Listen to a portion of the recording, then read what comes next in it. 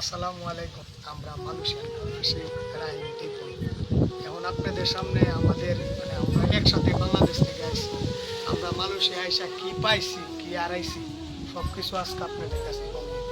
ভাই আসলে প্রবাসটা হয়েছে আপনার এরকম, আপনি যদি কোনো কিছু যাচাই না করে গ্রামের দালালের কথা শুনে আর আপনার আত্মীয় স্বজনের কথা শুনে যদি বিদেশ আসেন তাহলে আপনার কপালও, এই কোম্পানিটা যদি সাপ্লাই হয় আপনার কপালও ভাই। আর মিষ্টি কথা কেউ বিদেশ আসবেন না। যেমন আমাদের লাইফে যা ঘটেছে আমরা তা বলি, আমাদের আত্মীয় স্বজনরা ছিল দেশে, আমরা যখন বলছি আপনার কোম্পানির তো সাপ্লাই কোম্পানি বলছে তোরা ভরসা দিছে যে আমরা তো আছি ভাই। আসার পরে এরকম হয়েছে আপনাদেরকে কি বলবো ভাই, আমরা একটা রুমে প্রায় 10-15 দিন বন্দি ছিলাম। বন্দি থাকার পর আমরা একটা কাজে গেছি, গিয়ে এখানে 27 দিন কাজ করছি। যাক আলহামদুলিল্লাহ ভালো টিয়া বেতন পাইছিলাম 27 দিনে। 27 দিন পর ভাই আমরা 2 মাস বয়ে লইছি। 2 মাস বয়ে থেকে আমরা কোনো কাম কাজ পাই না। পরে এক জায়গায় গেছি 3 মাস কাজ করছি, বেতন পাই না।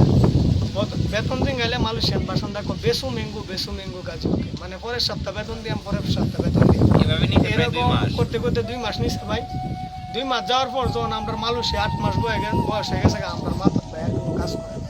তখন আমরা দুইজন চিন্তা করলাম কি করবো, কেমনে কি করবো। বাড়ির যে সমস্যা, বাপ মা ফোন দে ভাই, সমস্যা তো হইবই। যদি আপনি বাপের বড় ছেলে হন সমস্যা হইবই, কারণ বাপের বড় পুত্রদের 30% কি 40% মাথার চাপ বেশি থাকে অন্য অন্য ছেলেদের তুলনায়।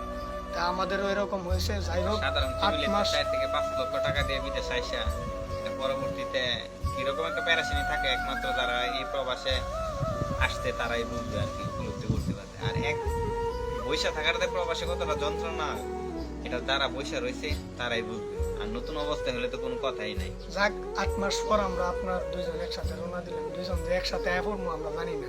টিভিএস আইসি দুইজন, এর আলে আইসে, আমি আমার আলে আইসি। আল্লাহর নীলা খেলা ভাই, দুইজন এক কোম্পানি পড়ছি, মানে আমিও জানি না। আমার আত্মীয় আনছে, আমি আইসি আমার এক ভাইয়ের মাধ্যমে। যাই হোক কিন্তু বুইরাগায় আইসা আবার আমরা দুইজন একসাথে পড়লাম। এখন আমাদের বস আলহামদুলিল্লাহ আমাদের এলাকার, তো আলহামদুলিল্লাহ এখানে আমরা মোটামুটি ভালো আছি। বসের নাম বলবো না, তো আরেকদিন বসকে আমরা ইনশাল্লাহ আপনাদের পরবর্তী ভিডিওতে বসেরকে দেওয়ার চেষ্টা করবো। এখন যে আজকে সবে বরাতের নামাজ কালকা গেছে, বস বলছিল তোমাদেরকে একটা গরু দিব খাওয়ার জন্য, তো ইনশাল্লাহ দিছে। আজকে আমরা 400 কি 500 লোক খাবো ভাই।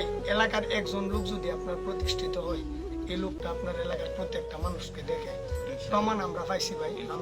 আমরা থানার লাগলে আমি 150 লোক কাজ করে সম্পর্কে আমাদের ভাই হয়, কিন্তু তার মাধ্যমে অনেকগুলো লোকের কর্মসংস্থান এখানে হয়েছে, বা তার মাধ্যমে অনেকগুলো লোক কাজ করে। ইনশাল্লাহ এটা খুবই সৌভাগ্যজনক।